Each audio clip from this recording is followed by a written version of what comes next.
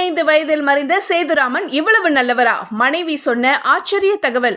Cardiac arrest காரணமா வெறும் 35 வயசுல உயிரிழந்த நடிகர் சேதுராமன் ஒரு பிரபல டாக்டரும் கூட. சினிமாவில் இருந்த ஆசையால கண்ணா லட்டு தின்ன ஆசையா படம் மூலமா என்ட்ரி ஆனாரு. அதை தொடர்ந்து சக்கை போடு போடு ராஜா, வாலிப ராஜா, 50-50 உள்ளிட்ட படங்கள்ல நடிச்சாரு.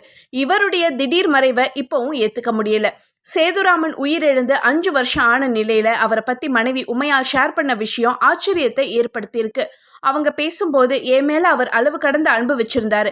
அவரை மாதிரி வேற யாரையுமே பார்க்க முடியாது. அவர் டெய்லியும் என்ன கிளினிக்கு அழைச்சிட்டு போவாரு.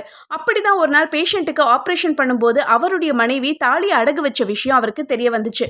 உடனே அவங்க கொடுத்த காசை வேண்டாம்னு சொல்லி தாலியை மீட்டுக்கோங்க, கை செலவுக்கு வச்சுக்கோங்கன்னு மேலும் 5000 ரூபாய் பணம் கொடுத்து உதவினாரு.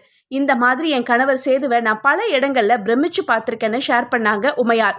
டாக்டரா மட்டும் இல்லாம மிகப்பெரிய மனிதாபிமானியாகவும் வாழ்ந்தவர் வெறும் 35 வயசுல உயிரிழந்தது சோகத்தோட உச்சம்.